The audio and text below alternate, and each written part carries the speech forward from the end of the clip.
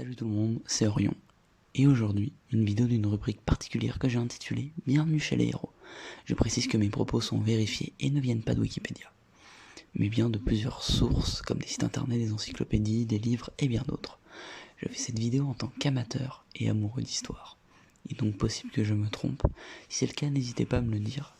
Ce sera très utile pour moi comme pour les gens qui regarderont ma vidéo. Alors aujourd'hui, nous partons à la rencontre d'un aviateur très célèbre, le Baron Rouge, de son vrai nom Manfred von Richthofen. Il est né le 2 mai 1892 à Breslau, dans l'actuelle Pologne, issu d'une famille d'aristocrates. On dit que pendant sa jeunesse, il se distinguait des autres. De par ses actes, il représentait bien les valeurs de l'aristocratie. Je précise que ces propos ne sont pas sûrs et fiables, étant donné que, voilà. Pour plus d'informations, je vous donne rendez-vous en fin de vidéo pour pas trop nous écarter du sujet. Il a grandi et intègre l'armée, en tant que cavalier. Dès lors que la guerre éclate, le 28 juillet 1914, il part pour le front. Mais la guerre devient vite une guerre de position avec des tranchées. Les cavaliers deviennent donc inutiles. Ne se voyant pas en dernière ligne, il décide donc de se tourner vers l'aviation. Durant l'année 1915, il se forme au métier de pilote, durant laquelle il aura fait s'écraser un grand nombre d'avions, en participant à des missions de reconnaissance à l'Est. Cette région manquait de combats. Il voulait rejoindre les pilotes qui se trouvaient à l'Ouest, où un pilote de plus ne serait pas de trop. Au vu de la présence de l'aviation anglaise, sa demande est acceptée. Il est pour commencer mitrailleur, donc il n'occupe pas de poste de pilote dans ses missions. C'est en 1916 qu'il obtient le droit de voler seul, mais uniquement s'il retourne à l'Est. Ce qu'il fit. Il partit pour y effectuer des bombardements. L'unité à laquelle il avait été affecté se trouva très performante avec lui. À cet instant, il était loin d'être le grand héros tant connu en ce jour. On commence tout juste à parler de lui et de ses exploits. Lors du mois de septembre de la même année, il se dirige à Verdun pour prendre part à des batailles singulières. C'est à ce moment qu'il commence à intéresser les généraux.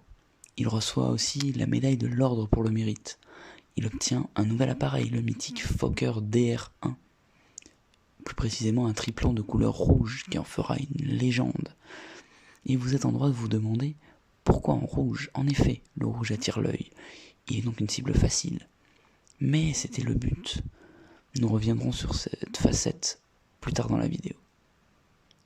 Reprenons. Il commence à être un excellent pilote jusqu'à devenir le fléau, la hantise et le cauchemar des Anglais. Car le 23 novembre 1916, il descend l'as britannique, Leno Hawker. C'est durant le mois d'avril 1917 qu'il remporte 20 victoires sur les Anglais, qui par la suite le surnommeront le Diable Rouge. Vous l'aurez compris, c'est dû à la couleur de son avion.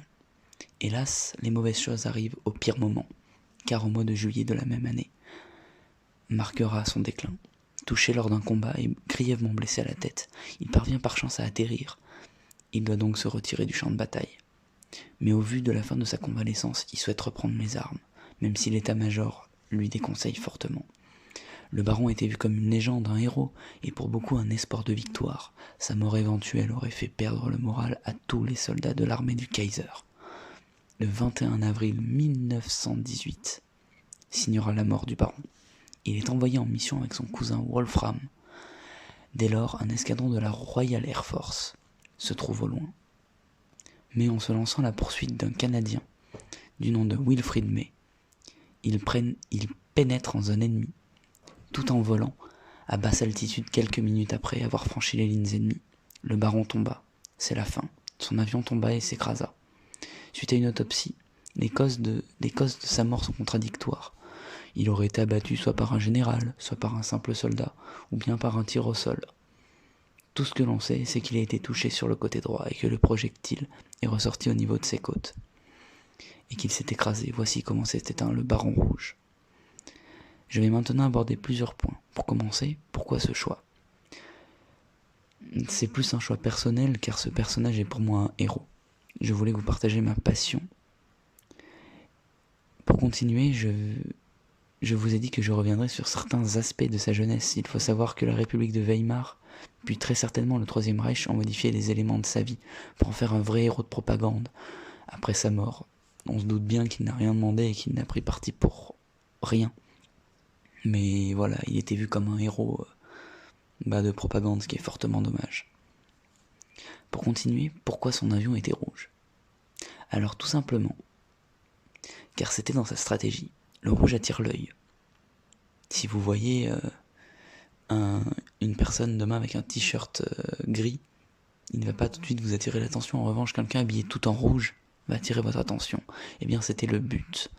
Il voulait attirer l'œil de tous les autres, être une sorte d'appât.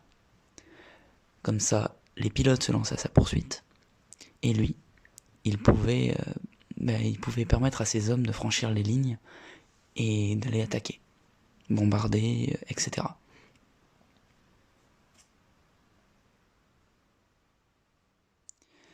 Et pour finir, le nombre de pilotes qu'il a abattus. Il a abattu 80 appareils. C'est un nombre de morts inégalé en termes d'aviation pour un pilote. Voilà. Donc c'était une vidéo très courte. J'ai essayé de synthétiser au plus pour pas faire du trop gros contenu et que ce soit pas trop assommant. Donc la vidéo touche à sa fin, je voulais absolument vous faire part de mon engouement pour ce personnage. J'espère que ma vidéo vous aura plu. N'hésitez pas à commenter, aimer et vous abonner. Et je vous dis à très bientôt.